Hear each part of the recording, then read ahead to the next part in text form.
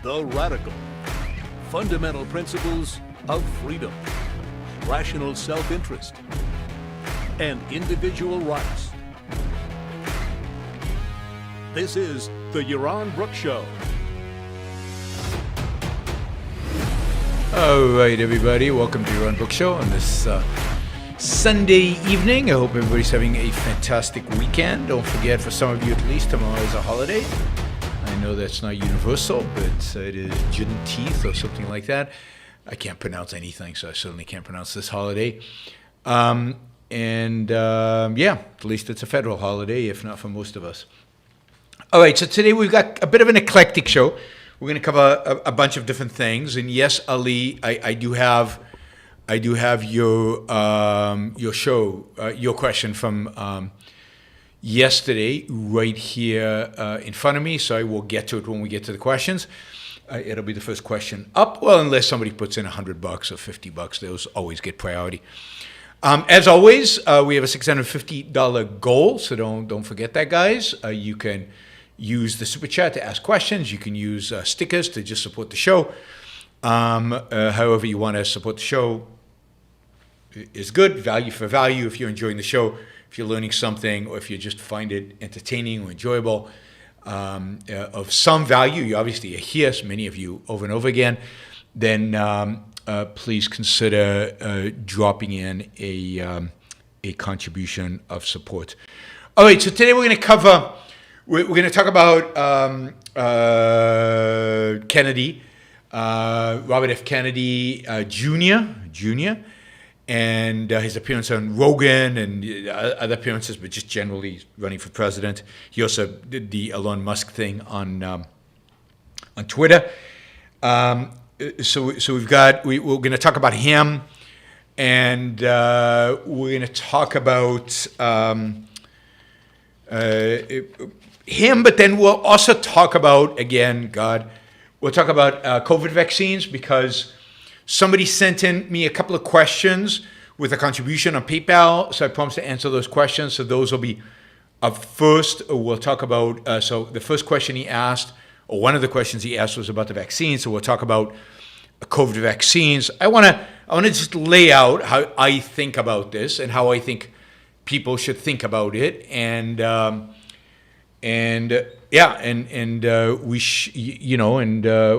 we can see where that takes it. I know a lot of you will disagree, hate me, whatever, but we will do COVID vaccines, and then there's somebody else sent me a video about Texas, and so we're going to cover that video. We're not actually going to watch the video. It's a 30-minute video.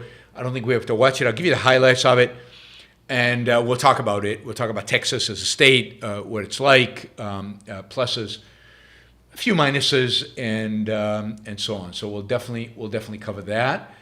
And then we've got the other question that the guy who sent me two questions had, and this is Jim DeWild. He sent me the happiness. This is about happiness. So we'll talk about happiness studies, why some places are happy, why other places are not, and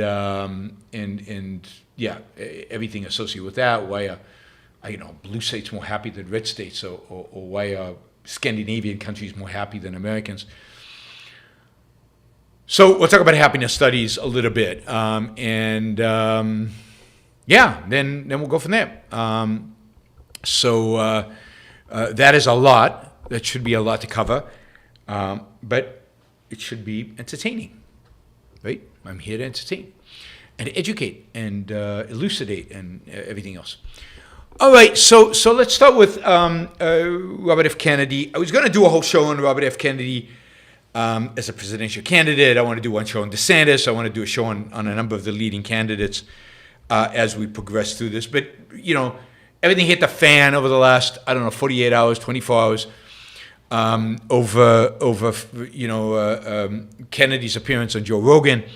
And then this scientists claim that what RFK was saying was complete nonsense, and then Rogan challenged this scientist to come on, this doctor to come on the show, and debate RFK, and he offered him $100,000 to his favorite charity. The scientist said, no, I don't debate kooky conspiracy theorists.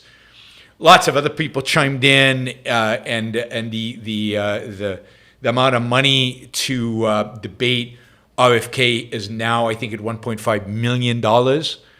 So there's a number of different people have put their money together to encourage this debate on Joe Rogan's show. So then there's a whole discussion going on, and is it this guy's responsibility, moral duty in a sense, to do the debate because he said that RFK is full of it? So is he required to defend himself? For $1.5 million sounds pretty appealing. He's saying, no, this is not what I do. RFK is wrong, but I'm not going to get into a public debate on him. He's basically not worth it. So that's where it is. Twitter is all over the place with this, and all over with it in terms of RFK, in terms of his claims, vaccines. We'll get into all of that. Wi-Fi and 5G. You should probably all shut down your Wi-Fi networks right now because it's melting your brain, and 5G is doing all kinds of awful things to you. So beware. And Rogan actually Googled this while the show was going on and found a website that happened to be run by people friendly to RFK that confirmed all of the worst fears about Wi-Fi and 5G. God, I've heard that cell phones melt your brain since the invention of cell phones. Since the when was that? It must be the late. Well, I would be exposed to cell phone the late '90s, early 2000s. No, early '90s. What am I talking about? Mid '90s, early 2000s. From the day cell phones were invented, they were going to fry your brain and they were going to kill you, and you were going to get brain cancer. And brain cancer rates have skyrocketed since then, right? No, they haven't. But anyway, so RFK Jr. is running for president. He has significant support from Democrats. If he goes up against Biden, he would probably have 20 to 30% today of the vote. He is good looking. He is charismatic. He is, after all, a Kennedy. And he has some real gravitas, I guess, because of that. He also is a conventional leftist. So he ticks all the boxes, or many of the boxes, not all the boxes, for kind of a left of center, not a wacky, woke, because RFK is actually pretty good on free speech. He's pretty good on the whole trans issue. He's pretty good on some of the woke issues. But he's a left of center on economic issues. He's way left of center, a Democrat. So that's the context, right? Here's a guy who believes that we should not drill, we should stop fracking, we need more regulations over oil and gas, no offshore drilling, no Alaska drilling. We should subsidize as much as we can windmills and solar panels. He wants to, no nuclear, all in solar, wind, and all the unreliables, as Alex Epstein says. Ban plastics. Wow. I mean, imagine life without plastics. I don't think you can, because I don't think you realize how dependent your life is on plastics. So let's start with who this guy is. This guy is a rabid environmentalist, has been for decades, well known in the environmentalist movement. He is anti everything, including nuclear. He is also leftist when it comes to education. He is anti-school choice. He is for Common Core. He is for forgiving student loans. He's actually for the government actually paying for everybody to go to college for 4 years. Right. He's sympathetic to Russia. He believes mass shootings are caused by Prozac. So the drug industry and drug companies are basically responsible for mass shootings. And he thinks Wi-Fi and 5G networks are destroying your brain and frying you generally. So here's a guy, we haven't even gotten vaccines. Here's a guy who on every important issue pretty much, I forgot a big one. He believes in single-payer health care, although he also thinks you should be able to buy private insurance on top of it if you want, but he believes in socialized medicine. He believes he's a huge supporter of Obamacare. He'd actually expand Obamacare, again, single-payer. So on every major issue, this guy, at least from my perspective, from my values, and from the things I and many of you, I think most of you believe in, think he's bad, right? Think he's bad. He's worse than Biden on almost all of these. I think Biden mouths a lot of these things, but this guy has the credentials. He actually is an environmentalist in a way I don't think Biden really is. Right? Yes, he's pro-Israel, he's pro a few things, but not too much pro-Israel. I'm not saying he doesn't have anything good. He's pro gay marriage, he's pro abortion, he's pro gays adopting, he's pro a lot of on the social issues. Many of the social issues, he's actually pretty good. He's good on trans. He's good on a lot of these things. I think he's pro-Israel. Maybe he's not, right? I didn't look into his Israel credentials, but on the things that relate to what we would consider scientific issues, certainly economic issues, healthcare issues, this guy is the worst. He debated Alex Epstein, and he was terrible, awful, horrible. Alex, I think, ran circles around him. So he's a person who I don't believe has credibility on anything. Like if Joe Biden came out tomorrow and said XYZ regarding science or healthcare, you should exercise more, you should eat sugar, you should eat fat, I don't know, whatever. You would go, like, who's Joe Biden? Joe Biden's like a loser. Why would I trust him on anything that has to do with science? And you can't. Here's a guy who has crusaded on environmental issues where he's wrong on all of them. Wrong.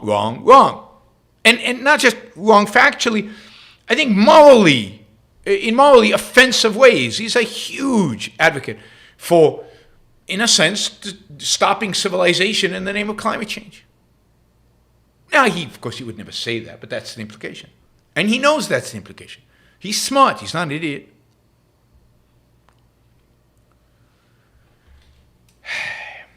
So,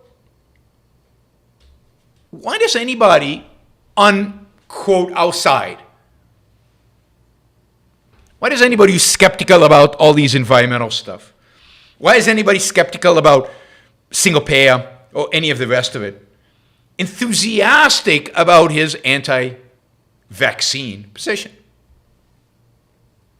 I have no idea. It makes no sense to me. Typically, with somebody with this kind of resume speaks, I think it's fair to just dismiss him. He's wrong on so many things.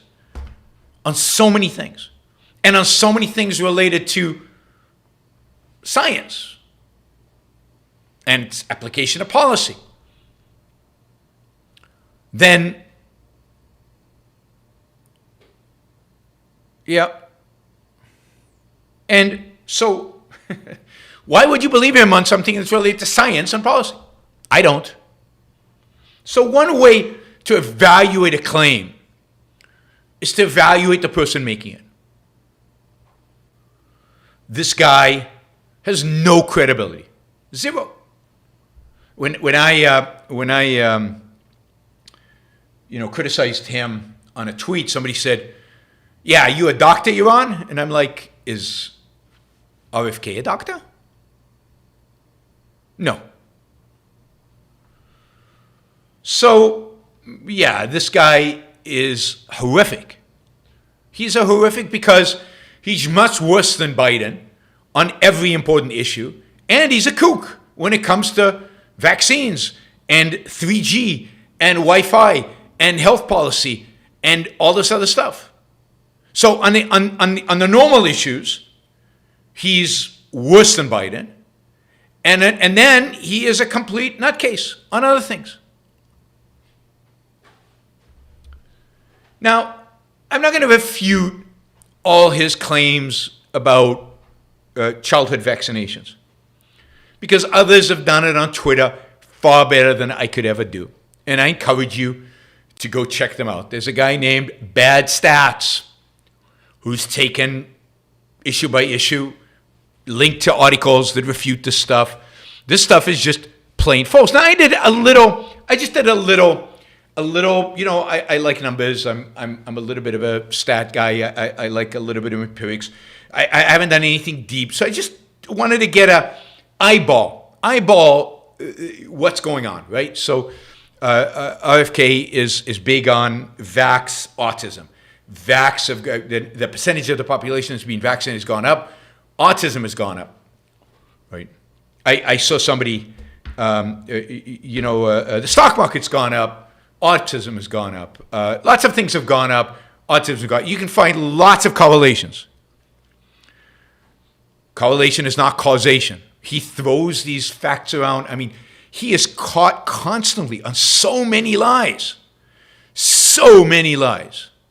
Just factual stuff that he doesn't know what he's talking about, but he throws it out. See, he's a good debater. He's a good speaker. He's a good interviewer because he says it with confidence. So who's going to question him? Rogan? Rogan's too ignorant to question. She just throws them out. Bam, bam, bam.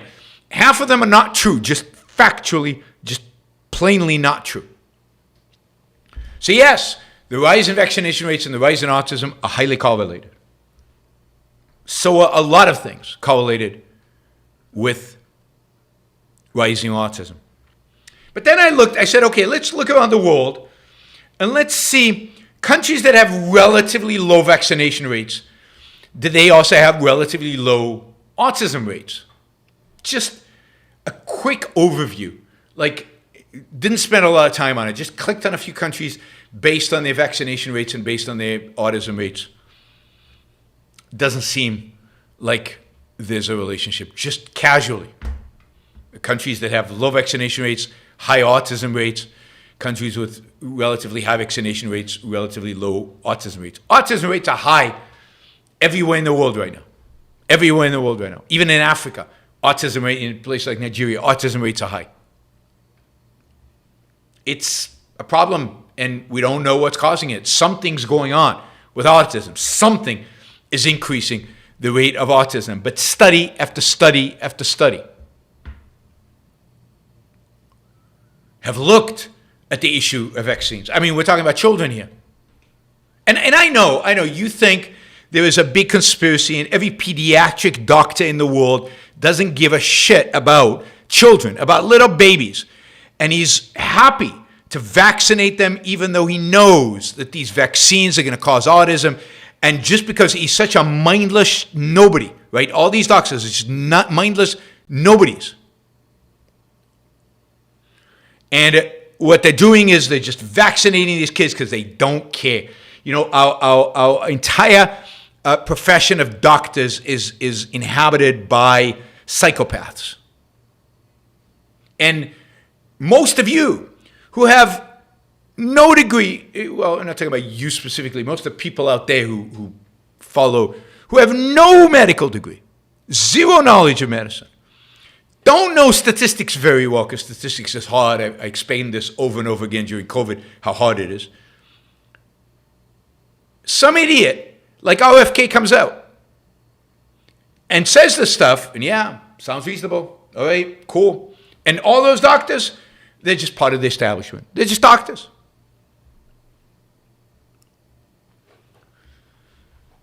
Insane. It's insane that this guy's taken seriously. It's insane that people like Rogan give him a platform. It's insane that 20 to 30% of the Democratic Party wants to vote for him. It's insane that many Republicans want to vote for him. To hell with his environmentalism. To hell with single payer and his support for Obamacare. He's anti-vax. Yay!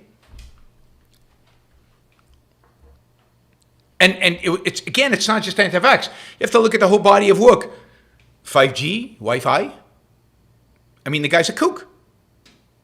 And you don't need a lot to do this. Again, Bad Stats has a great thread on Twitter debunking him or linking to different places that debunk him. There are articles out there that debunk these studies. The fact that he says, "Oh, this study shows X," and then you actually go read the study and it doesn't show X at all. It doesn't. All the claims that he's making are just not true. They're just not true. He's just lying. And most of us are not going to go into articles and check, but I do sometimes. And these guys just lie. They make stuff up. Or they're too stupid to be able to read a scientific journal and figure out what it actually says.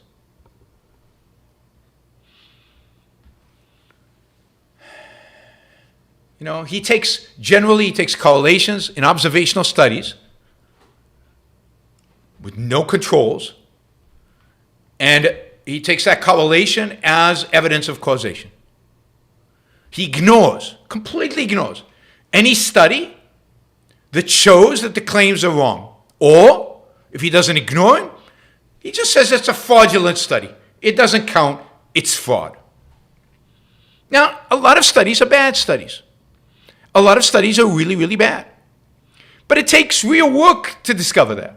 I mean, one of the things I really admire about, what was his name? Scott Alexander, Astro Codex something, whose Substack I've often recommended on the show, is when ivermectin was debated, he took all the studies, analyzed them one by one. This one's good, this one's bad, this one's okay, this one's mediocre. He weighted them. And then he made a decision based on the actual evidence presented in the study. And then he said ivermectin, most likely, with a high probability, does not work. But he didn't just say, oh, those studies are fraud. He actually presented detailed analysis.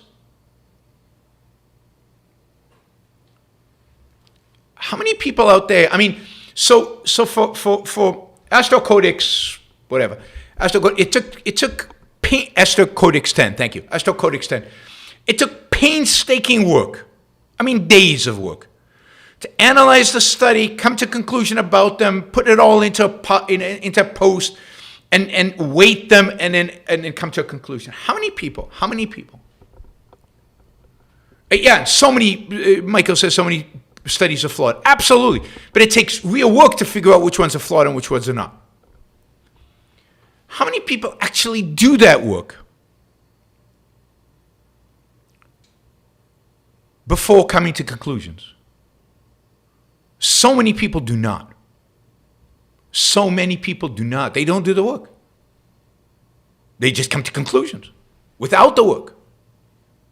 And given RFK's history on environmental issues, on climate change issues, on his lack of ability to think and to deal with information that he was reflected in his debate with Alex, do you really think he did the work with vaccines? No way. No way. Now, some people might have done the work. I'm not saying the work hasn't been done. But him? No way. If you actually look at the studies he mentions, it's unbelievable how he misrepresents this. I've talked about this in the COVID vaccines. Every time somebody tweets me, look at this study. It proves COVID vaccines are killing people. I go read the study, and it doesn't prove that at all. And actually, it contradicts the conclusions of the authors, and I can look at the numbers, and it doesn't prove what the person is stating at all. And this is common. Complicated studies, you link to them, you say, this is what the study shows. And then you assume the 99% of your audience is not going to actually click on the study. And even if they do click on the study, how many of them understand the study, can actually analyze the statistics, and actually see what's actually going on? They just believe you. You cited a study. You've got a citation. You must be right. The fact that you're completely perverting and distorting the citation.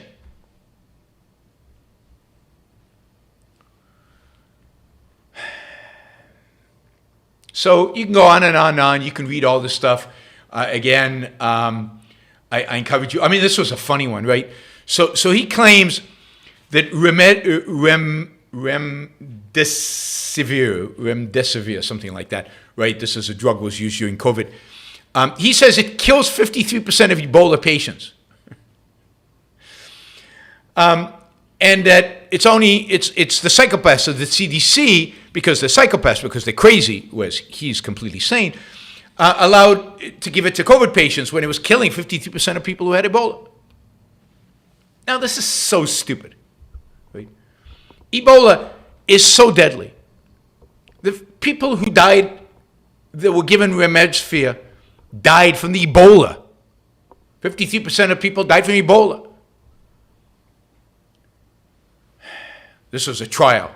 It turns out, remdesivir is not effective against Ebola. So they died of Ebola. They didn't die from the remdesivir. It turns out it's probably not very effective against COVID either. But they tried.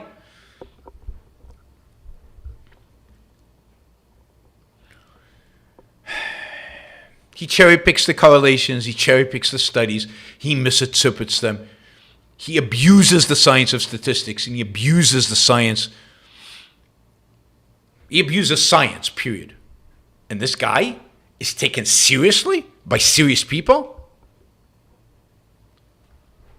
Another guy who I recommend reading, also on Twitter, The Real Truther, also has a good stream, a good series of tweets that deals with. They actually produced a video that's on his Twitter feed that actually deals with just taking argument after argument and after argument that RFK makes and showing that it's complete BS.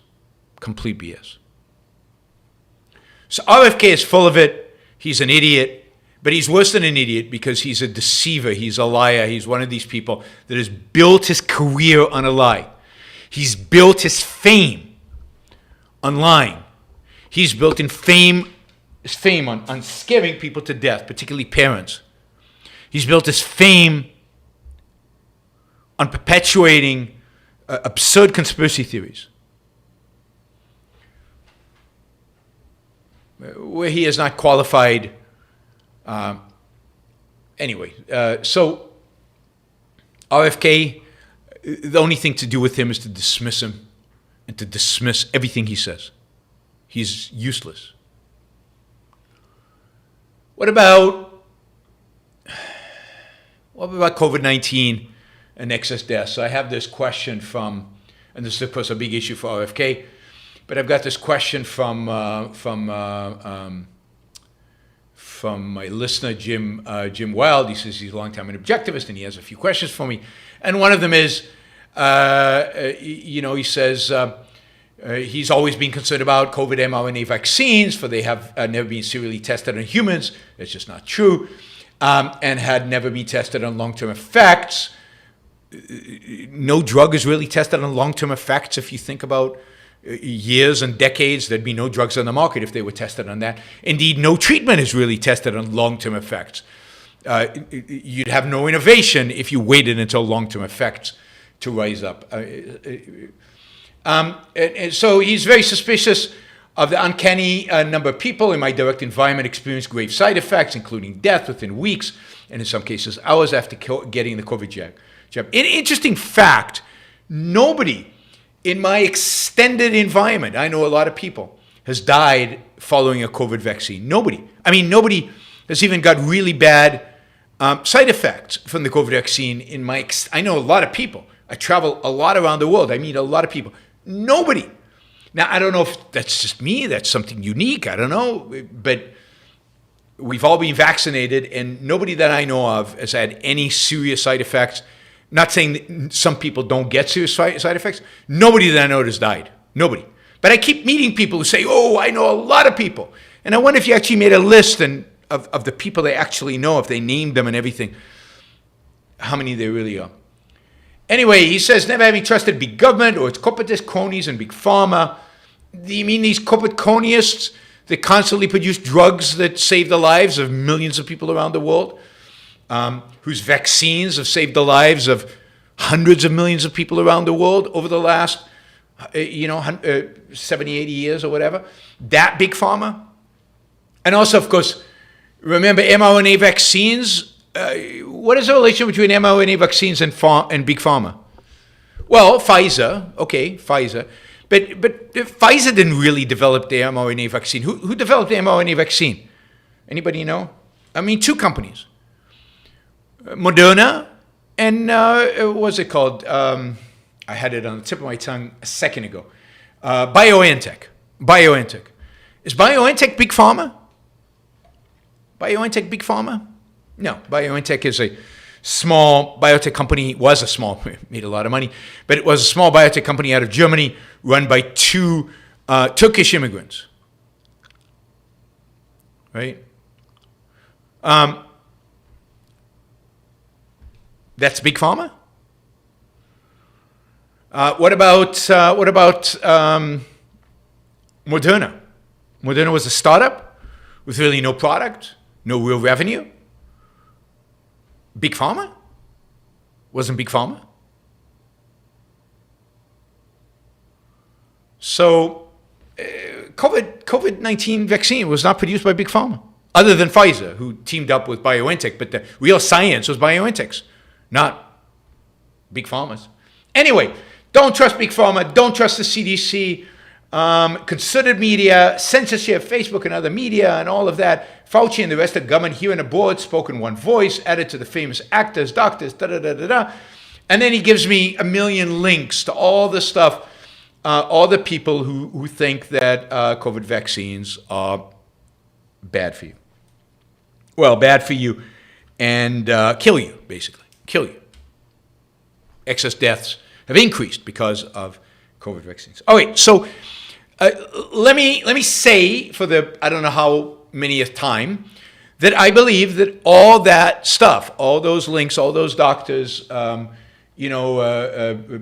Campbell and everybody else, and a bunch of others, I don't know, Olson, and there's a bunch of them that have made now a career. They've made gazillions of dollars. The former New York Times writer, Berenson, I think, who've made millions of dollars on this lie about COVID-19, about the vaccines. I don't believe a word they say. I don't trust anything they do. Again, I have watched their videos. Every time I've looked at the data, every time I've taken one of their claims and actually gone into the papers and looked at their data, they're lying, or they're deceiving, or they're misrepresenting. They're just wrong. Now, I can't do that for every claim they make. I can't do that for every single paper. I can't do that because they can arbitrarily make claims ad infinitum. But after a few, after you discover somebody's wrong 1, 2, 3 times, I don't have to trust them anymore. If you discover I'm wrong and I won't admit it and so on, and I keep pushing the same line, but I'm blatantly wrong 3 times, stop listening to my show. Scott is now going, okay, I have to stop. But why do you listen? If somebody's unreliable, why listen? Why take him seriously? I can't take any of these people seriously. And I don't. Again, not randomly, but because I've tried.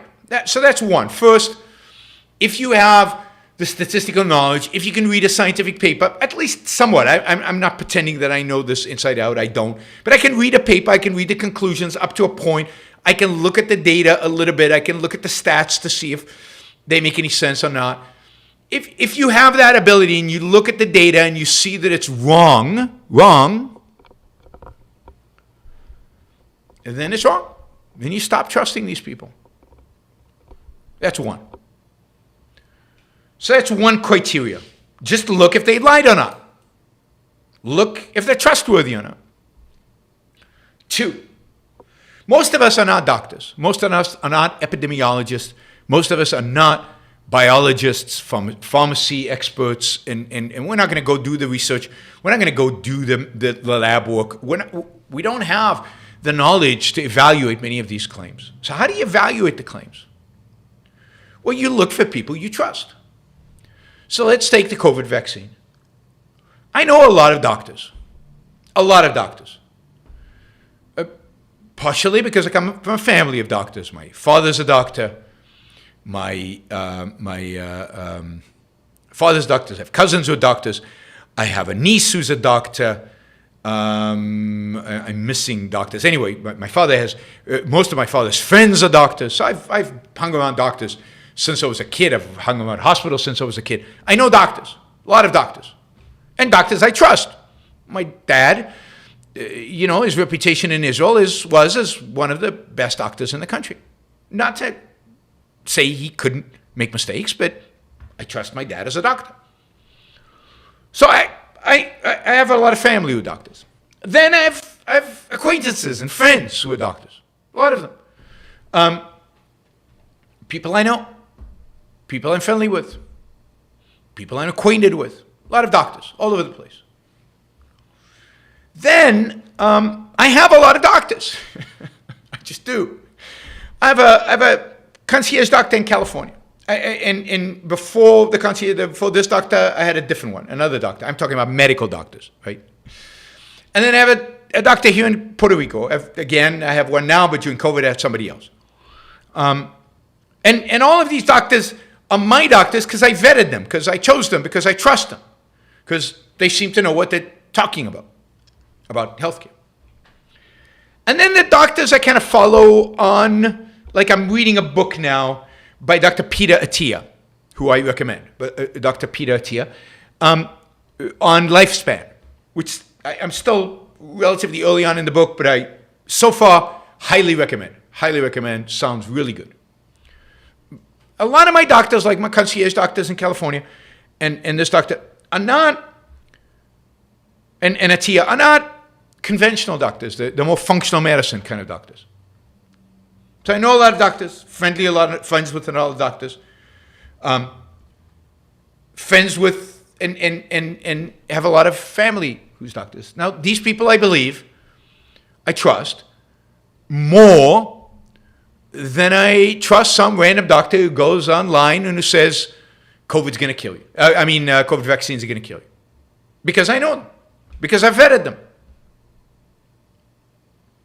And I'm sure you know doctors. You have a doctor. You could check around other doctors. But you find people who know, people with knowledge, who you can trust.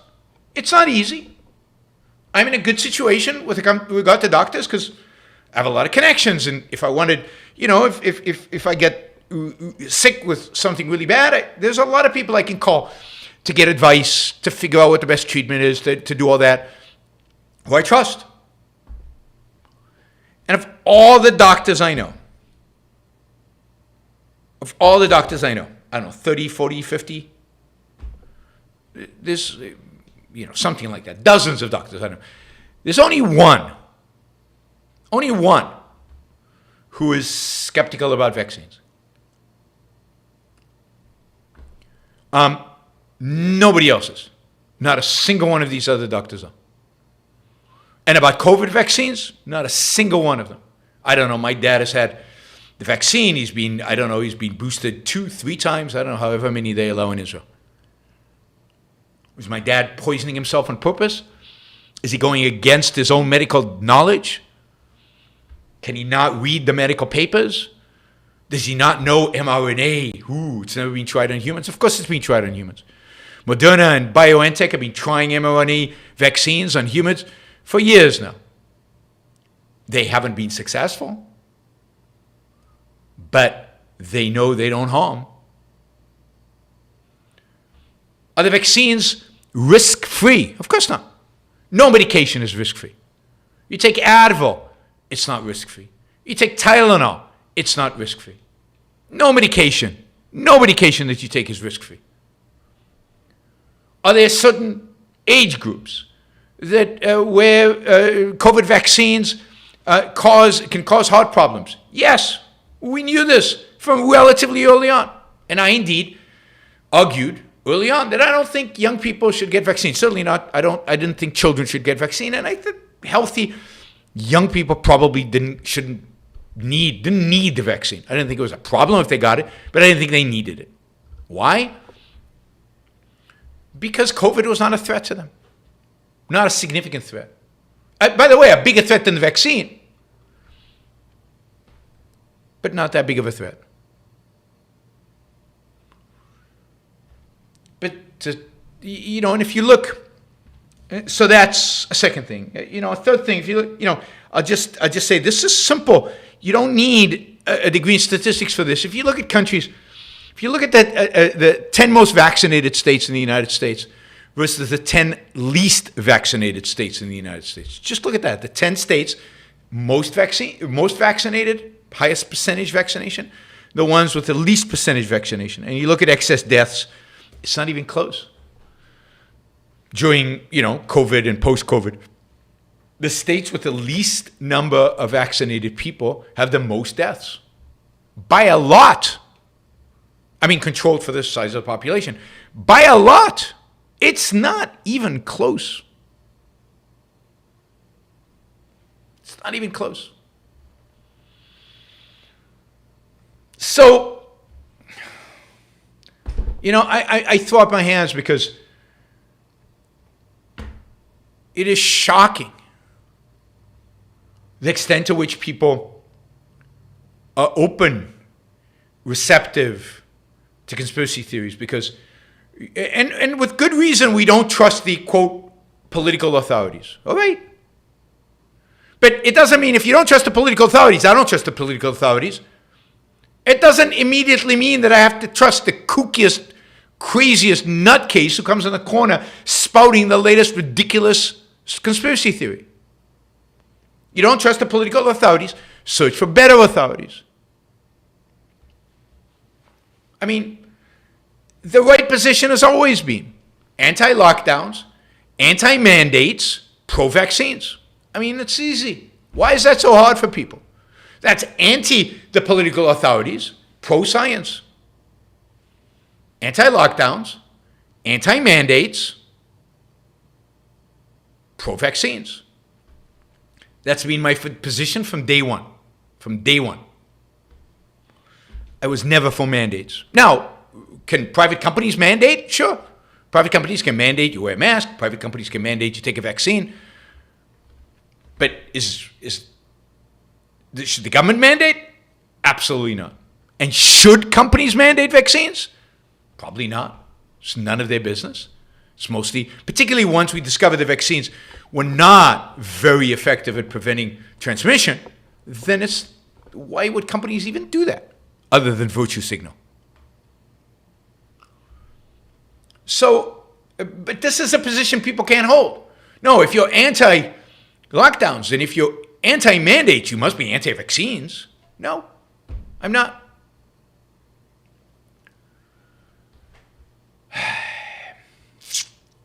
Frustrating. So, Jim, no, I think the entire field of COVID vaccine, excess death, people are dying from the vaccine, is complete nonsense. It is a self-perpetuating money machine for these people. They are lying. They're making stuff up. And I talked about this years ago. I talked about this when the first guy showed up on Brett Weinstein calling himself the inventor of the discoverer and the inventor of mRNA vaccines. And I looked him up, and he turned out to be one in a team that had originally done some of the work that would later lead to mRNA vaccines. An inventor of mRNA vaccines was a completely bogus title. And that Brett Weinstein would take him seriously was bizarre.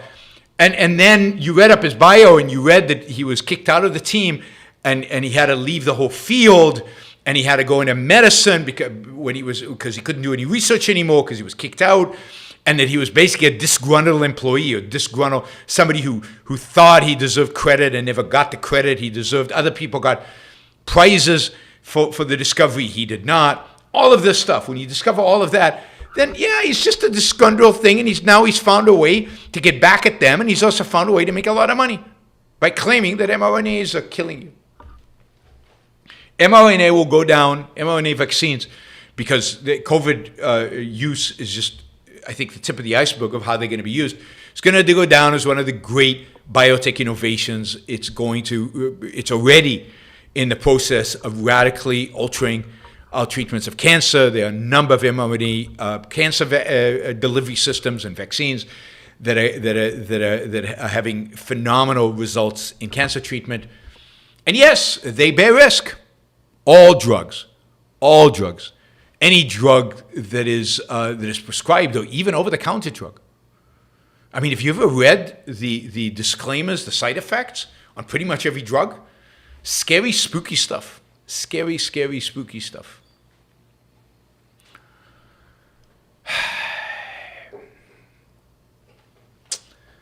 All right. So that was that question. God. All right. I'm going to skip Texas. Sorry, James. So I'll do Texas separate show. It just doesn't, I run out of time. So I will take Texas out. So I'm not going to do Texas. I spent too much time on all this other stuff. I will do Texas in a separate show. It deserves a separate show. We'll talk about the value of Texas. So let me jump to this other question that Jim Wild had, because hopefully we can answer this fairly quickly. And then I'll take your super chat. Just relating to the super chat. We've got a lot of people watching live, which is great. But let me just say that, God, what is going on here? Word is going nuts on me. There we go. All right, so Super Chat is a way in which you support the show. You make the show possible. You show value for value. You're here, you enjoy your show, you're hopefully benefiting from it, you're getting something, whatever it is. Trade with me by supporting the show through the Super Chat. You can also ask a question, or you can just do a sticker. Right now, if everybody who's watching live just did $5 in a sticker, we'd blow away the target and we'd be in great shape. So please consider doing that, $5, $10. But of course, some of you I know want to ask questions. Questions of $20 and above get priority, $50, $100 even more valued. So please consider doing a $50, $100 question or a $20 question to get us to the target. We're about $470 short. So either do a sticker at whatever level you can. $2 is fine, $5, $10, $20, whatever. It's a great way to show support. And again, is the show worth a latte is one way to think about it. Those of you who don't watch live, who are not listening live, please consider supporting the show on a monthly basis with PayPal, yaronbrookshow.com/support, on Patreon, or on Subscribestar, so you can do it there. All right, let's jump into this question about happiness. He says, one of my closest friends is a center-lefty who believes in the virtues of mixed economies. In debates about politics and political philosophy, typically brings up the point that more or less all research shows that on average, people in the mixed economies of European, Nordic countries and the Netherlands are the happiest with their lives, and therefore that the middle-of-the-road systems are the best by test. I reply that with the following points. One, you're making what we call in business a low-base comparison. You're comparing versus relatively low values to situations that are even worse. In this case, the countries on hand have traditionally offered relatively high level of civil liberty, which is great, and a moderate level of economic liberty, which is not so great. Their civil liberties offered is higher and is pretty much any other area in the world right now, while the economic liberty rates about average versus other Western countries and high versus the rest of the world. These countries actually even do well versus the land of the free, the USA. USA not only does not do better than Northern European countries, but it does worse. Consider typically the blue states offer a relatively high level of civil freedom, while others, typically the red states, offer a relatively high level of economic freedom. But none of the U.S. states give the people a high level of both civic and economic freedom. And what's worse, the trend is in both kinds of states, blue and red, are quickly diminishing. B, if those Nordic countries would embrace laissez-faire capitalism and the principles of objectivism, that people's happiness, well-being, and wealth would drastically increase.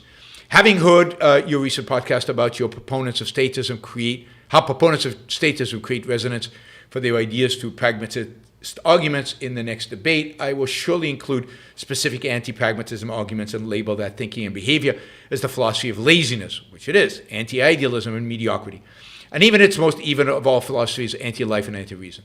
All right, other than the above, how else would you argue against the average happiness as the highest in mixed economy argument?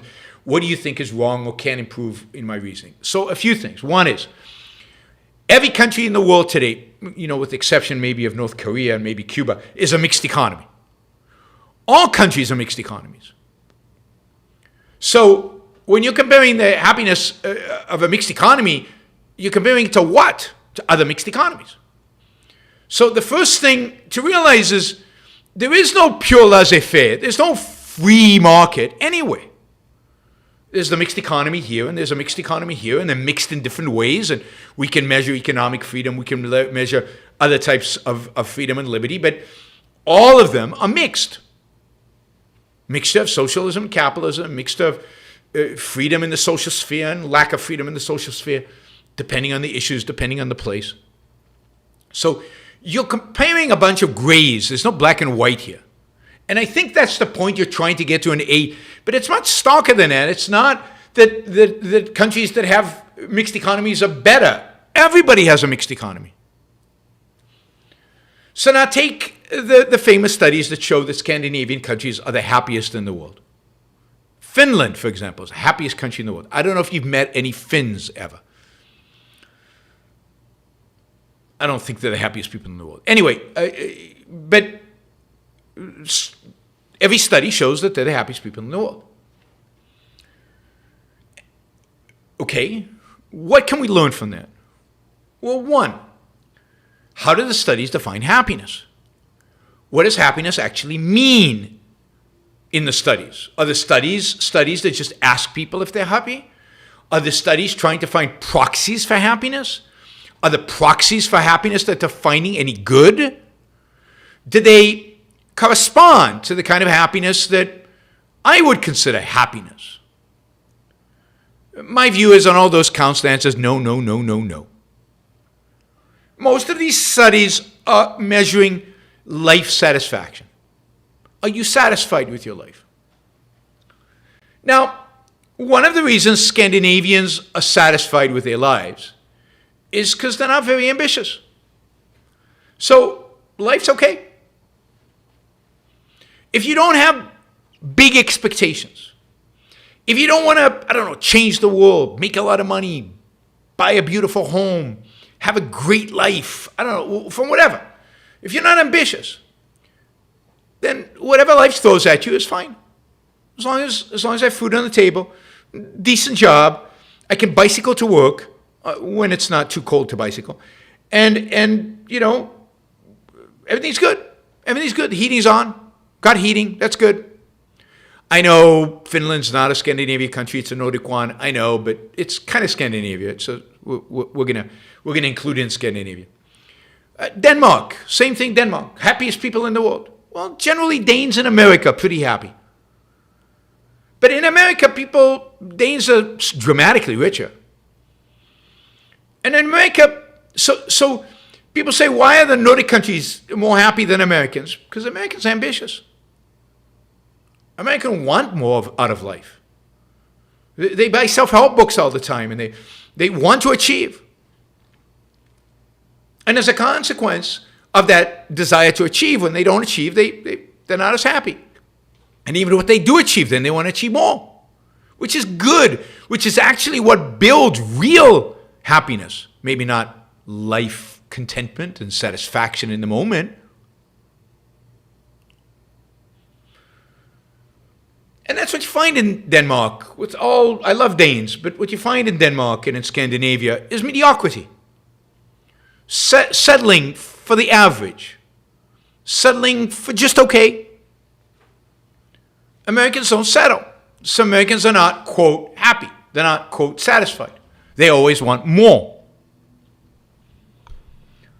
The Scandinavians are less anxious because they have a safety net. So, for example, economically, they're less anxious because they've got a safety net and everything's taken care of. They got free education, free healthcare, free this, free that. Americans are more anxious, yeah. But that's because Americans are risk takers. They're willing to take on risk because they know that with risk comes reward. It's part of what it means to be ambitious. So, again, they self-report greater anxiety because they have greater anxiety, but it's not anxiety you want to not have. It's anxiety that is a consequence of more freedom, more choices, more ambition, more upside. Americans are dramatically richer than Europeans, including Scandinavians and non-Scandinavians like Finland. And Americans with similar genes to those Nordic states have similar life expectancies. Americans are more successful, they have more entrepreneurial enterprises, they are more startups, they are more, on every level of economic success, America just blows these countries away. So, that to me, is I'm suspicious of of happiness studies, period. And then, if you figure out what exactly they're measuring, they're not actually measuring happiness, not in the sense that we mean it. And what they are measuring is something that, yes, if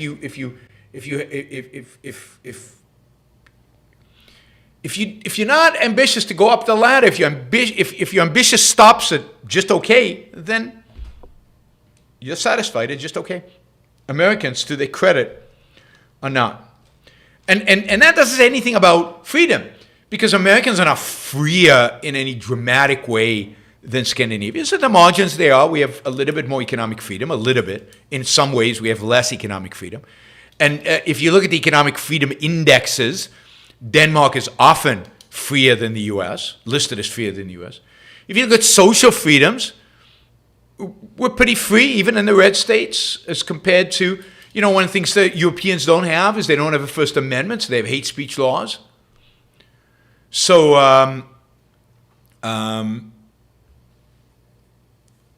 so all of that.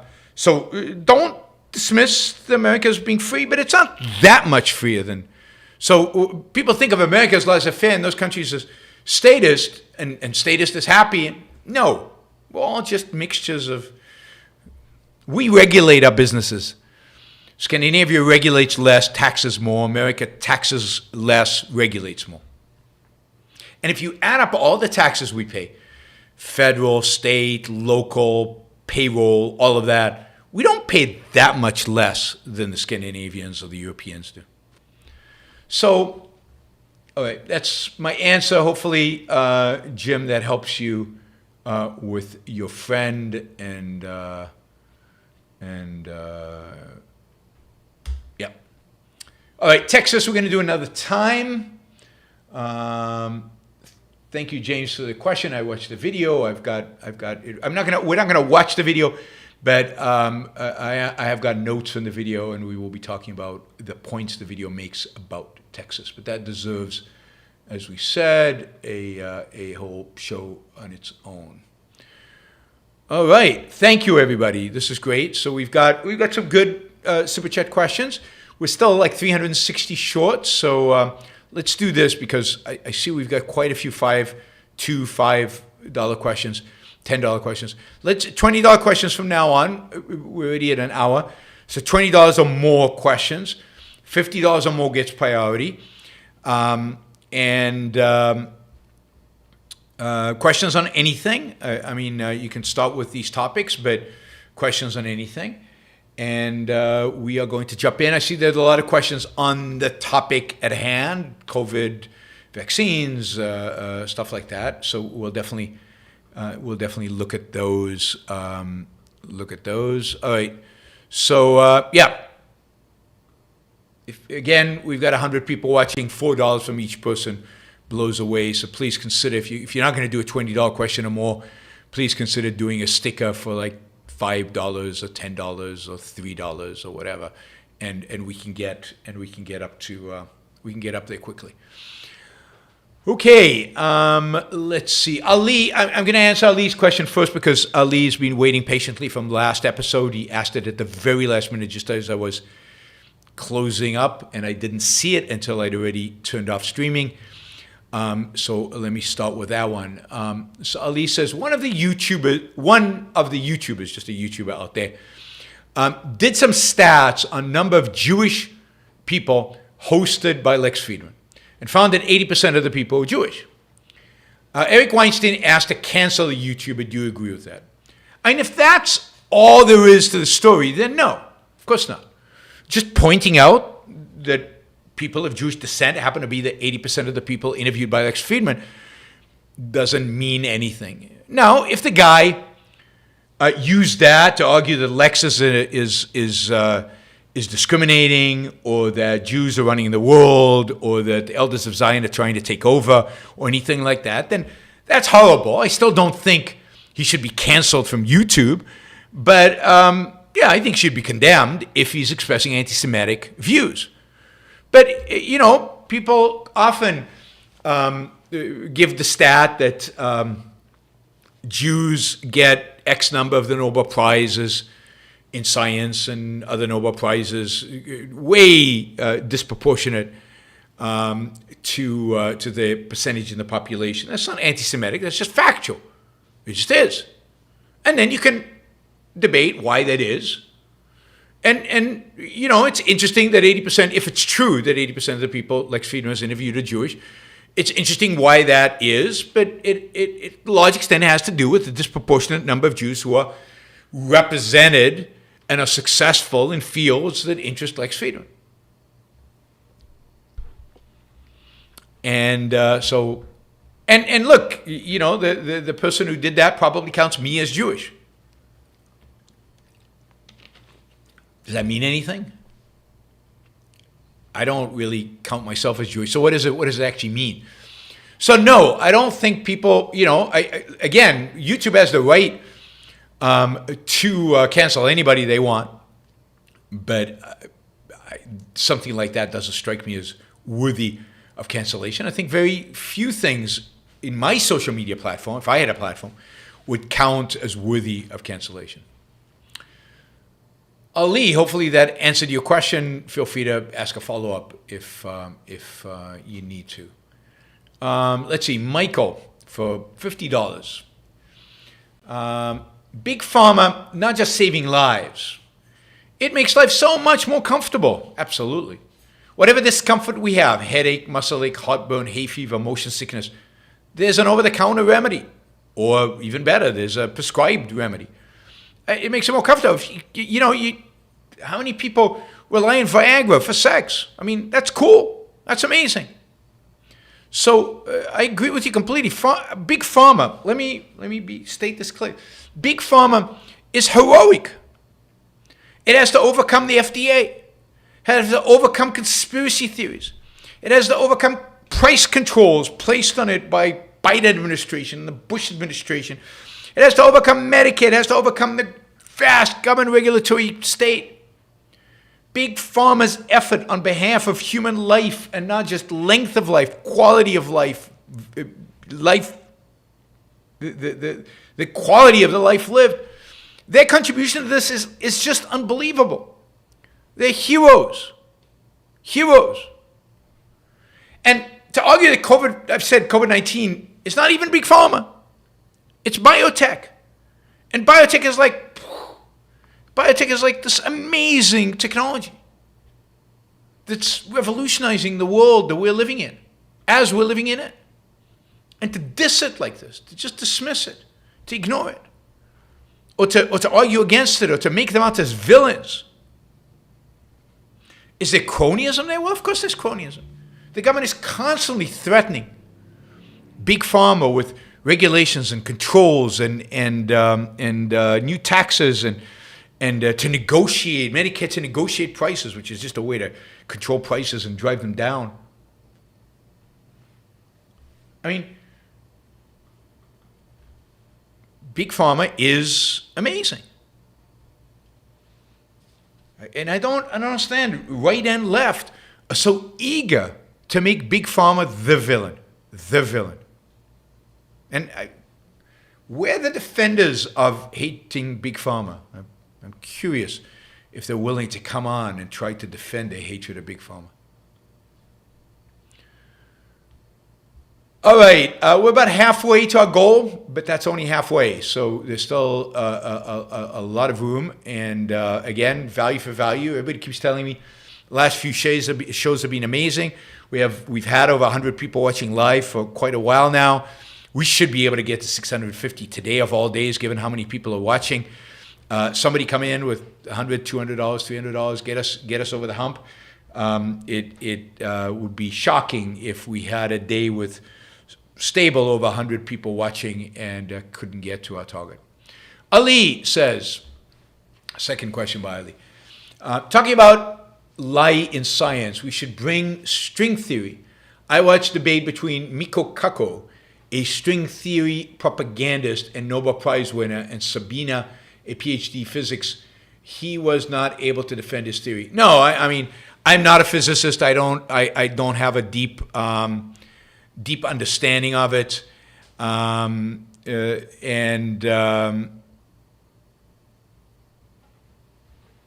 but it strikes me as wrong, and everybody I know who knows physics thinks it's wrong, and it's bad science. So it's probably bad science. I don't think it's lying. I just think it's bad science.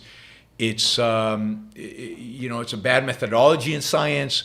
I think it's too much based on kind of a Popperian methodology. But from everything I've seen and heard from people, it's just not a useful path for science to go through. It's just detached from reality. Thanks, Ali. Okay, friend Harper. I'm listening to how to make friends and influence people. If you have read it, what are your thoughts on it? Would you happen to know of any good books about friendship? I don't know about any good books about friendship, and I have not read How to Make Friends and Influence People. I don't know. These are the kind of topics I don't read books about. I mean, I go out and Ali says Miko Kako is not a Nobel Prize winner. I thought in the question you said he was. But anyway, yeah. I mean, I don't think string theory is legit.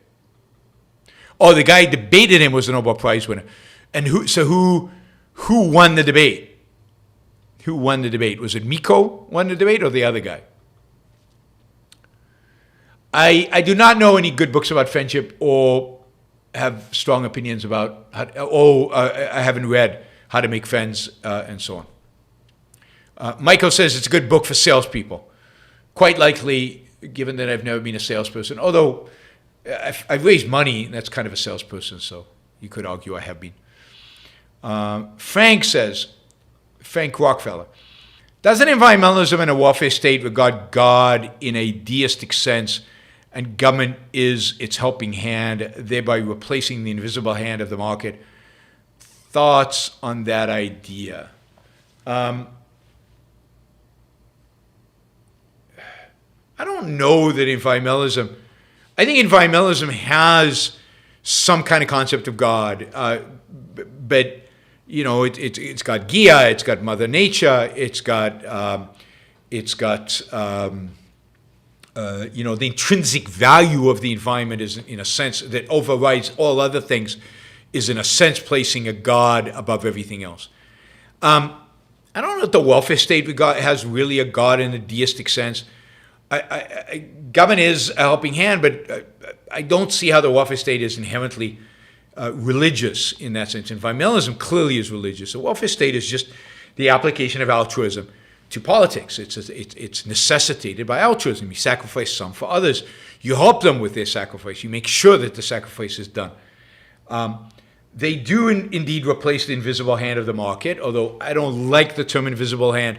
I don't like the implication of invisible hand. And indeed, in Adam Smith, he uses the invisible hand in a different sense. Invisible hand is a sense in which the self-interested actions of individuals through the invisible hand lead to social well-being. They all these egoistic acts erase themselves for a kind of a collectivistic purpose, which is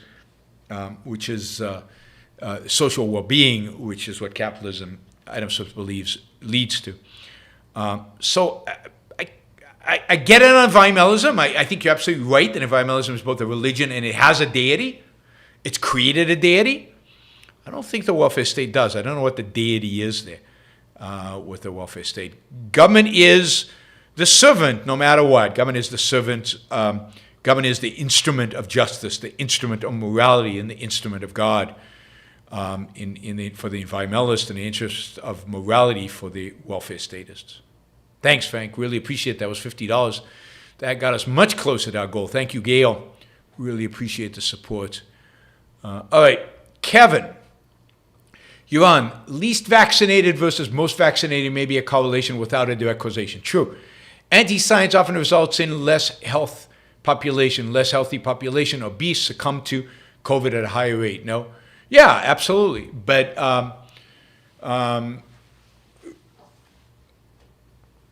it could be that. But it's easy to control for that, right? So you can take two states with similar obesity rates. One state is more vaccinated, one state is less vaccinated, and you test those out. None of these are difficult issues.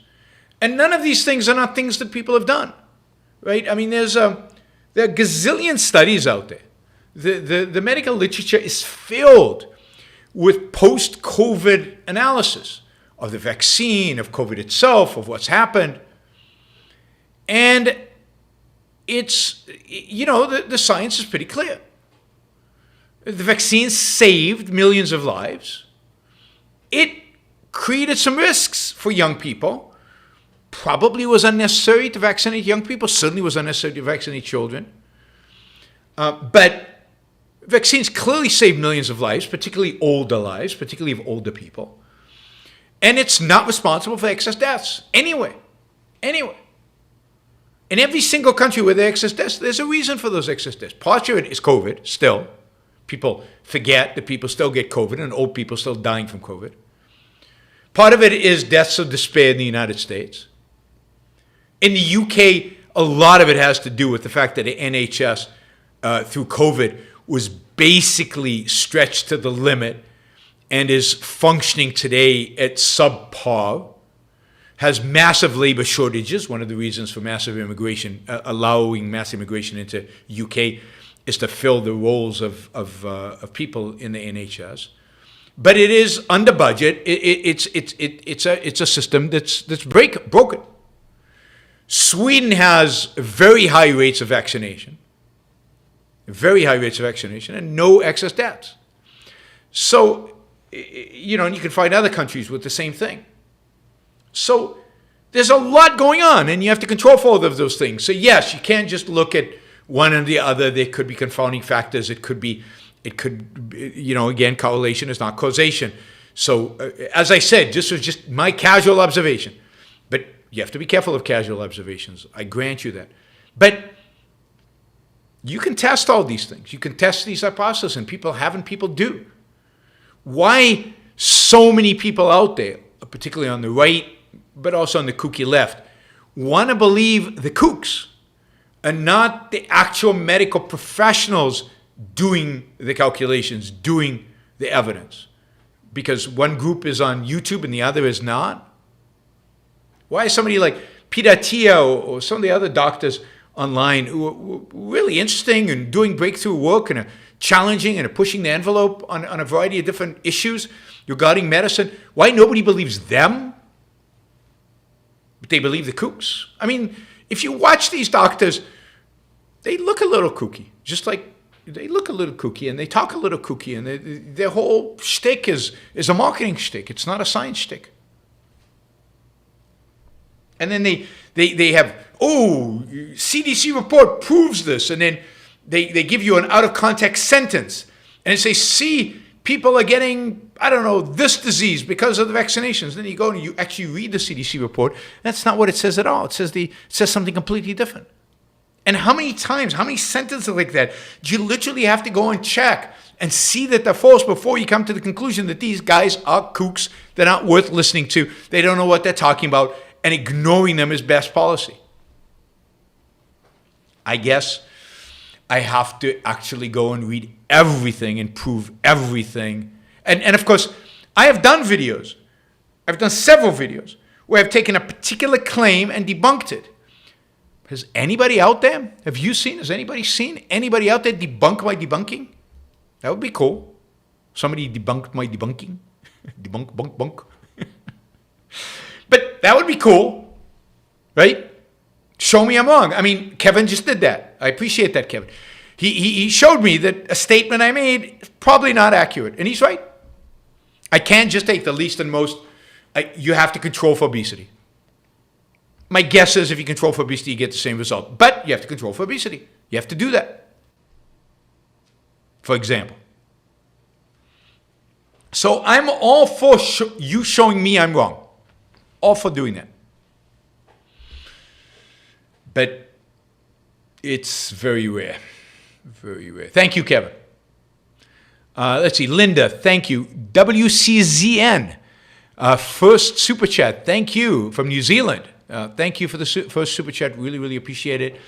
And then Wes came in with $100. Thank you, Wes. Really appreciate the support and getting us significantly closer to our target. But we're still 180 short. 180 short is just nine $20 questions. We can do this. 9 $20 questions. There have to be 9 people out there who are willing to put $20 in and have a question. If you don't have a question, you can do a sticker. Kevin also says, do coronaviruses not mutate significantly enough to reduce the effectiveness of the vaccine from host to host? Well, not from host to host, but over time, yes. And that's why the vaccine boosters have been adjusted to take into account the mutations. So the vaccine you would get today for COVID, and I'm not suggesting anybody under the age of 75 get a booster, but a booster shot that you get today for COVID is different in terms of the immunity, the protection it gives you than a booster you got a year ago or 2 years ago, because they've adjusted the booster shots to the particular mutation, the particular virus that exists today. So absolutely, but it doesn't mutate from host to host. It mutates over large populations. It mutates over periods of time. That's why one of the problems with the first vaccine was that was it Omicron or whatever, when it mutated, it became less effective. So they had to come up with a booster that was good for the mutation. But the beauty of it is the scientists on top of it. And they're completely aware of this, and they're constantly trying to improve it. They would love to have a vaccine that covered all the mutations. So if you could figure out which part of the virus was likely to mutate and attach, and if the vaccine could disable that part that was not generally mutating, then you could have an all mutation vaccine. I don't think they have that yet. They're working on it, supposedly. But of course, COVID is mutated into a pretty weak virus, just like the other COVID viruses that cause the flu, the colds, the common cold. The COVID virus will ultimately mutate probably into another common cold, which we will keep having COVID constantly throughout the years, but it won't be a killer. Even for old people, or obese people, or people with diabetes, it won't kill as many people as the original COVID did, partially because we've developed immunity to it through getting it and through the vaccines, and partially because it's just getting weaker. Anonymous user, thank you. Really appreciate the support. I recently, this is Joseph. I recently reread the Romantic Manifesto. Again, I was struck by Band's many rich psychological insights. Yet, she wasn't a psychologist. Did she consult with Brand on her knees? In short, how did she verify her psychological insights? I mean, I think most of her psychological insights are I think, derived from introspection and observing the people around her. I think she had this unbelievable mind that could observe people, and through introspecting into her own mind, figure out their own psychology and their own motivation and what was driving them. And she had to be able to do that, to be able to write the novels. Any great novelist has to be a good psychologist in a sense. Because what are they doing? They're describing the psychology of characters. They're describing characters. They're telling you what's going on in their head. They're describing how they respond to different things. They're giving you different, to use a Jordan Peterson term, archetypes. But these are psychological.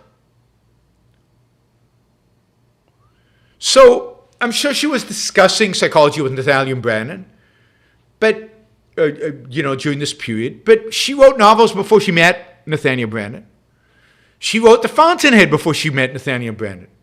And The Fountainhead is a profoundly psychological book. I mean, think of Dominique.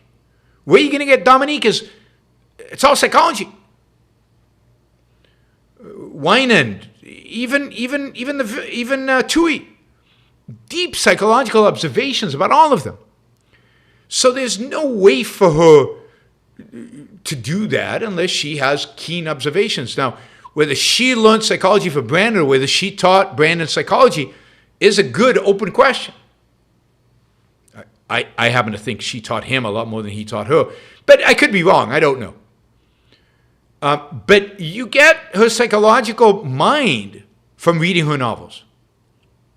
Nathaniel Branden is not still alive. He died 5 years ago, something like that.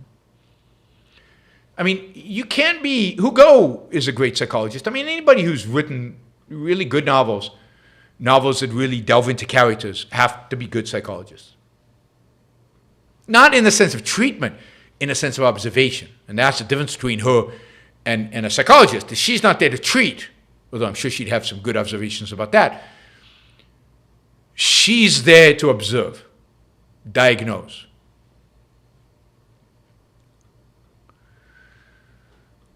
Andrew says, I started rewatching YB's Rules for Life Revisited. I was amused that YouTube advertised as related Jordan Peterson's video Bear Your Cross. Is there a more diametrically opposite rule for life from YB rule than that? Probably not. I'm going to look at that. I'm going to look at Bear Your Cross and maybe do a video commenting on that one.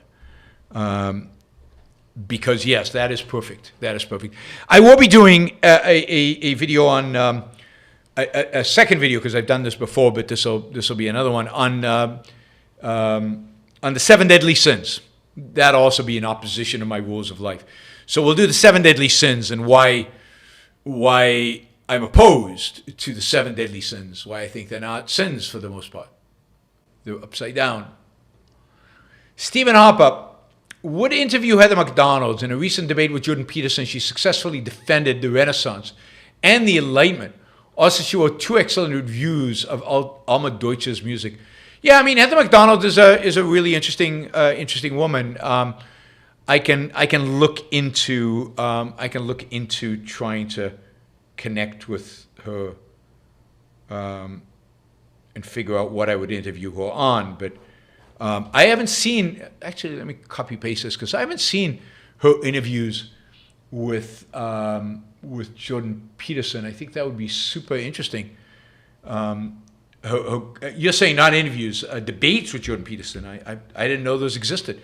Those sound really, really cool. I'll look for that. Thanks, Stephen.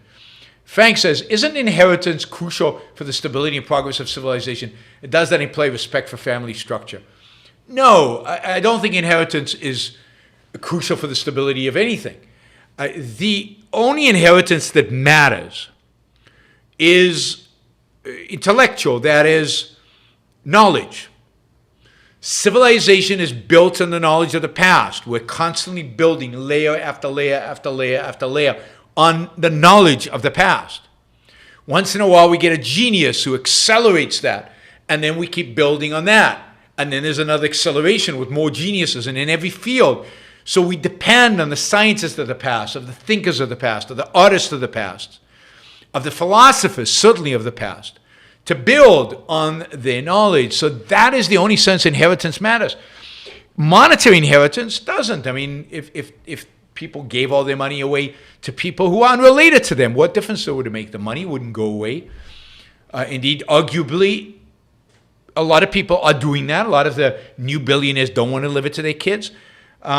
So no, I don't think inheritance has much to do with progress of civilization other than this idea of knowledge building on knowledge, and you want a continuum of knowledge. You don't want the chain of knowledge to be broken. All right, only $150 short of our goal. I like numbers as high. Thoughts on the Lincoln Project? Is the Lincoln Project kind of the Never Trumper project that was started in 2020 or 2016? I can't remember. I mean, the problem with many of the people in the Lincoln Project is that ultimately gained Democrats. They didn't really stand for anything. They hated Trump. I'm all with them on that, 100%.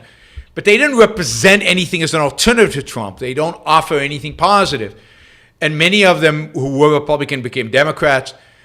Some of them are neocons who I disagree with on most stuff other than mutual disregard for Trump. So I don't know. I'm not particularly enthused by people who define themselves in terms of a negative. Right? And that's what I think the Lincoln Project is. Michael says, do Scandinavia strike you as happy? I don't think anyone's really happy in a country in the world. No, not particularly. But of course, it's hard to make generalizations. I know individual Scandinavians who are happy. But it depends on their individual philosophy, their individual ambition, their striving. Scandinavians strike me as content. And I find the same thing in the Netherlands. They find me as satisfied. They're okay with life. Life is fairly easy for them. And it's the challenges are not that big. Their politics are not that distraught. It's just okay. It's okay. And if you're not ambitious, then that's perfect. But if you're ambitious, people who are ambitious leave those countries. Many people are ambitious leave those countries. Harper Campbell, do statists laugh at free market movements trying to stop them? Do they see our resistance as futile? Yeah, I think they do. I think they think it's pretty ridiculous. Justin says, RFK Jr. is JFK's nephew. Please respect the Kennedy. I have no respect for Kennedy. JFK was awful, an awful human being and an awful president. His statement, don't ask what what the country could do for you, but what you can do for your country, is an exemplification of how bad and horrible he was. It's basically, asking you to sacrifice for the state. It pitching the state above the individual. So no, I have no respect for the Kennedys, any of them. I don't like them. Ayn Rand certainly hated JFK. Thought he was terrible. Worst president in American history up to that point. In her view, I can't even imagine what she would have thought of the more recent presidents. But yes, no love or respect for the Kennedys at all. He completely screwed up Cuba. JFK ultimately led us to Johnson, who gave us the welfare state, who gave us Medicare.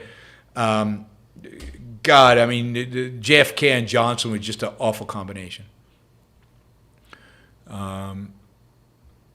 Yeah, you can't respect. I mean, the Kennedys have done nothing to deserve our respect.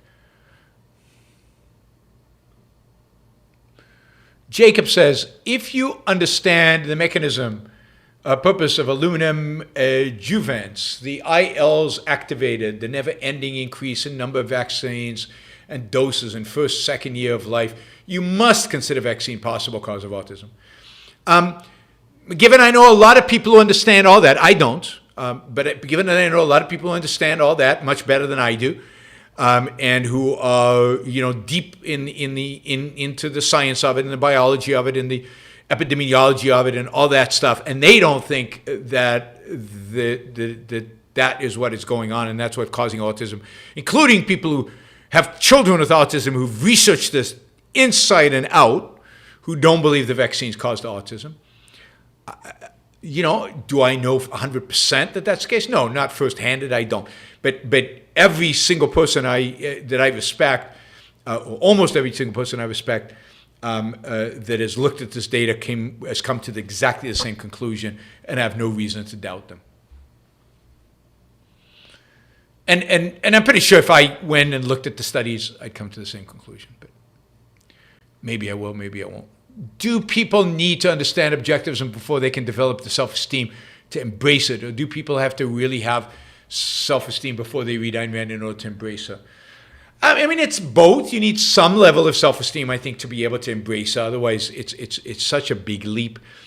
And then, of course, the knowledge you gain from her enhances your self-esteem and helps you build that self-esteem. So I think you have some level and then ever increasing, and it's it's a virtuous circle. The more you learn, then the more you can do. The more self-esteem you can attain. How much of an effect do you expect to have with 34,400 subscribers? I don't know. Depends on my subscribers. Depends on how ambitious they are. Depends how smart they are. Depends on how many of them become intellectuals. I take heart in the fact that many of the people who are studying full-time today at the Ayn Rand University, who might be future intellectuals, came to Objectivism by being one of my subscribers. So that's all I need, right? If a certain percentage of the 34,000, not that big of a percentage, go on to become objectivist intellectuals, then I'll have a huge effect.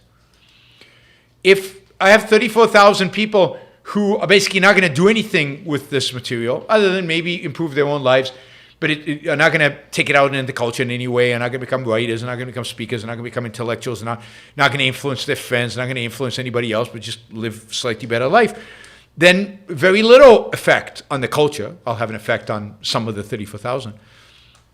So it depends on you, not on me. I do what I can. Wesley, thought on the just world fallacy. The just world fallacy. That is, people get what they deserve. Some evidence suggests it leads to greater psychological well-being. I think there is a sense in which it's a just world. It's not a just world free of accidents. That is, of things that happen that people don't deserve. It's not a just world in the sense of free of evil that might do horribly unjust things. But overall, I think the world is just. Overall, big picture, good people have good lives and bad people don't. But there are accidents and there are bad people and there are bad circumstances that affect you. That throw a wrench into that. So you just have to understand the world is what it is, and you have some control over what happens to you, but not complete control over what happens to you.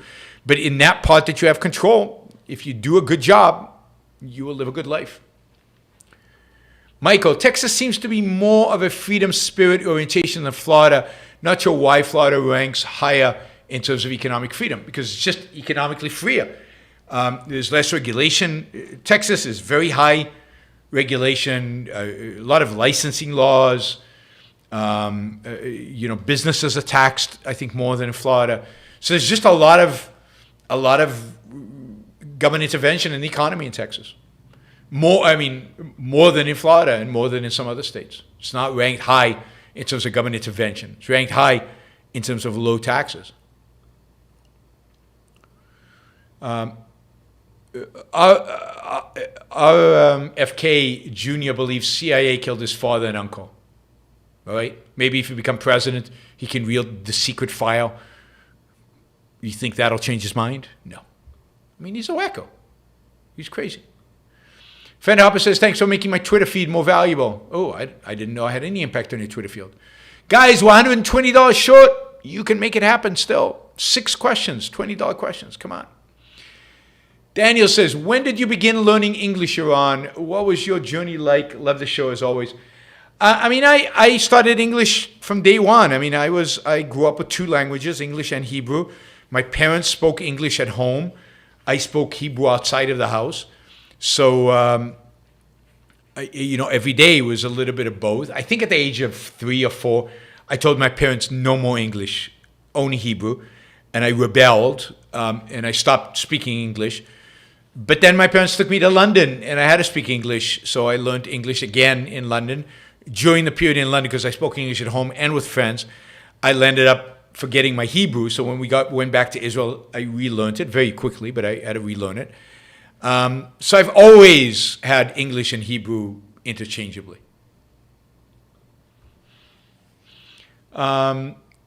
Jennifer, is it possible that the definition of autism has widened in the past century so more people are diagnosed with it? I think that's probably true, but there is something going on with autism. There does seem to be, you could argue that autism was underdiagnosed in the past, so I'm not an expert on this. I don't really know. You could argue both directions, that it was underdiagnosed historically. Autism's always been around. and it's just we're just better at diagnosing it now, or the diagnosis is expanded. So today we're diagnosing people with autism that shouldn't be diagnosed with autism, or something in the environment is causing the autism. I don't know what it is. I haven't researched it. I suspect it's a little bit of all.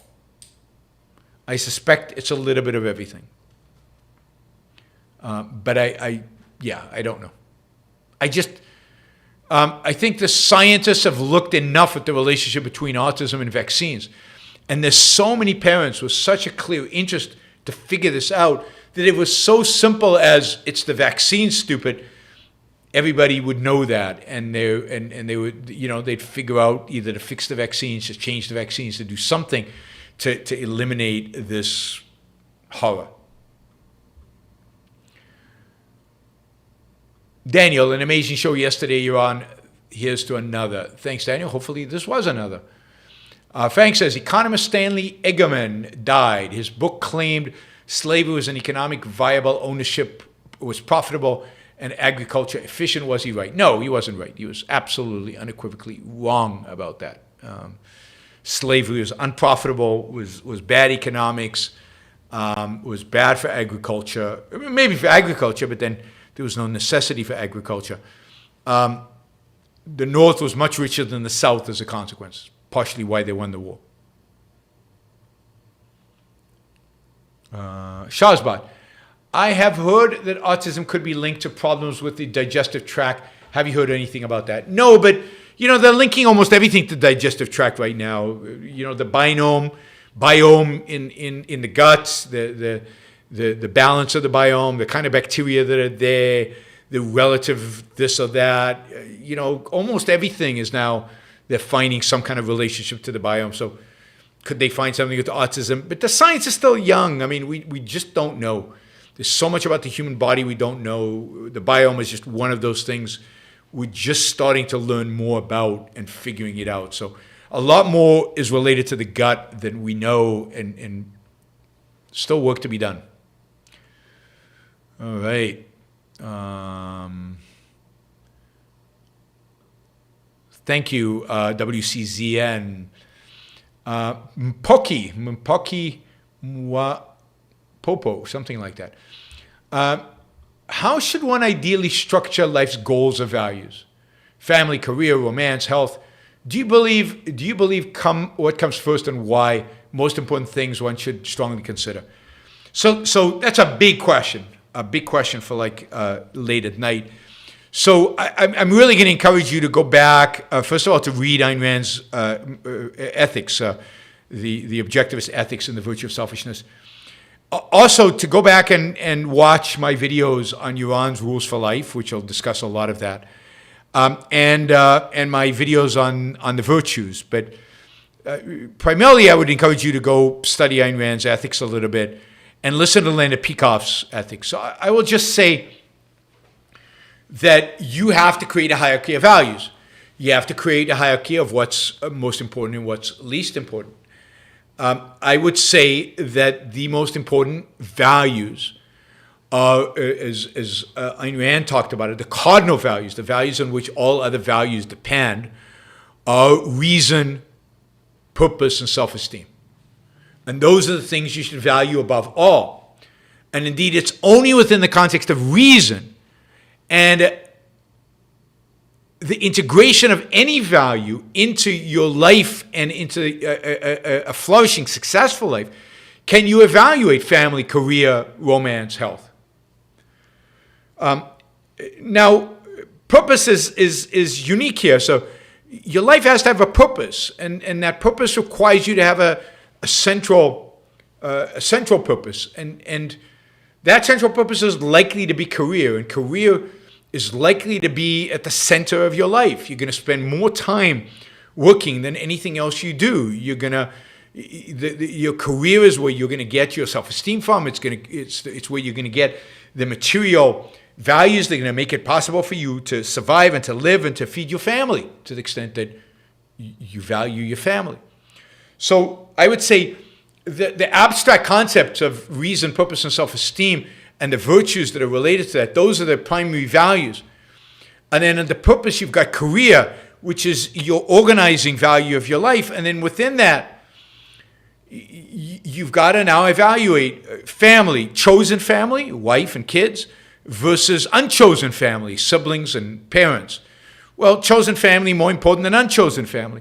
How important is unchosen family? Parents, siblings, depends. Are they good? Are they nice? Do you love them? Do you enjoy their company? Don't you enjoy their company? But it all has to be within the context of your life, of your flourishing, of whether they are objectively good for you. There's no duty to have a family, and there's no duty to love your parents. There's no duty to do all these things. Health, well, you got to be healthy. Life requires that. But how much time do you spend on health? And what point in your life? Well, I mean, the reality is the earlier you start, the easier it is. But, what does that mean? Do you obsess 24/7 about exercise and about diet and about all these things? And do you do marginal things that probably don't have that much of an impact, and on and on and on and on and on? So, I mean, this is real work that you have to do in the context of your life and in the context of what makes you, what is good for you objectively, what is going to allow you to flourish and prosper in your life. But I encourage you to read The Objectivist Ethics, to watch Leonard Peikoff's courses on the values and the virtues, and then on the Yaron Brook Show to go watch my shows on the virtues and watch my shows on the Yaron's Rules for Life. We have 19, 20 of those, and in many of those I talk exactly about these issues. Thank you, Pokey. Bree, oh, by the way, we've reached our goal. Thank you, guys. Fantastic.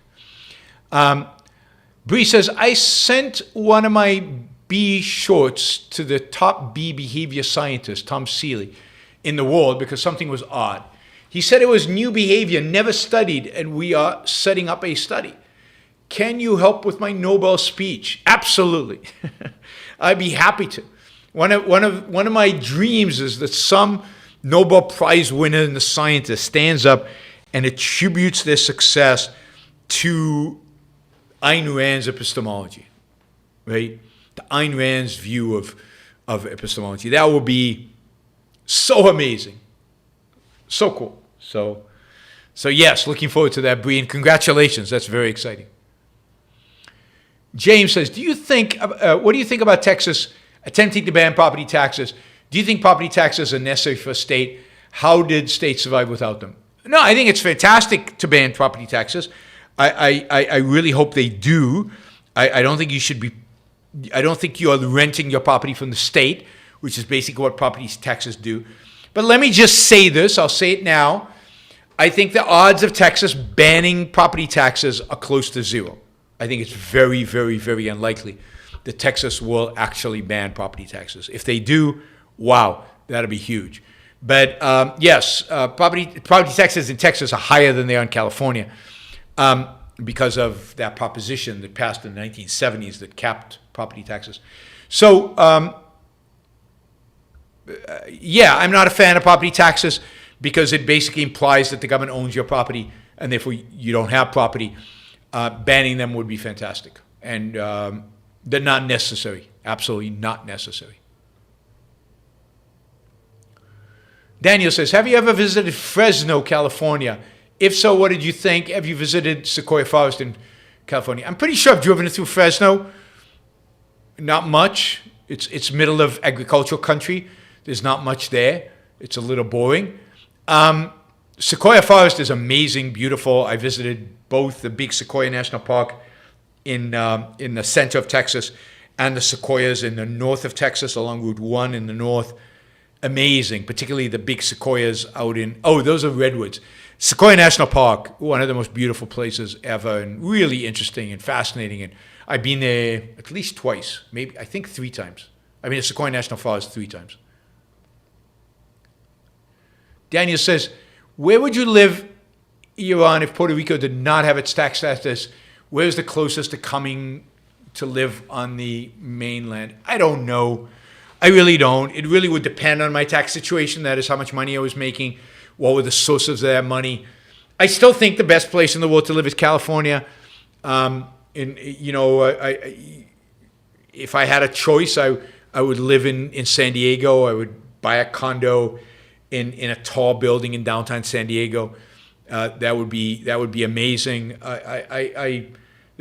There's a lot that I love about California that just doesn't exist in Texas. With all due respect to Texas, the weather is 1,000 times better, particularly in San Diego. I can't go to New Hampshire; it's too cold. And I don't particularly like it.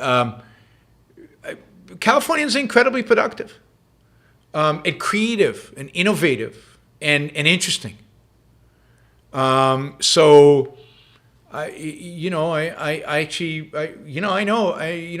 is where Silicon Valley is. It's where San Diego is, where the biotech industry is headquartered, and it's an amazing place in so many regards. It's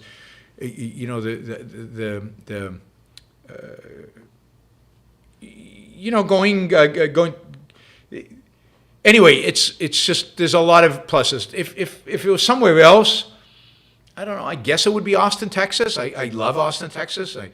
I don't particularly like the weather, but other than that, but the weather's not that bad most of the year. It's just really, really bad in the winter and in the summer.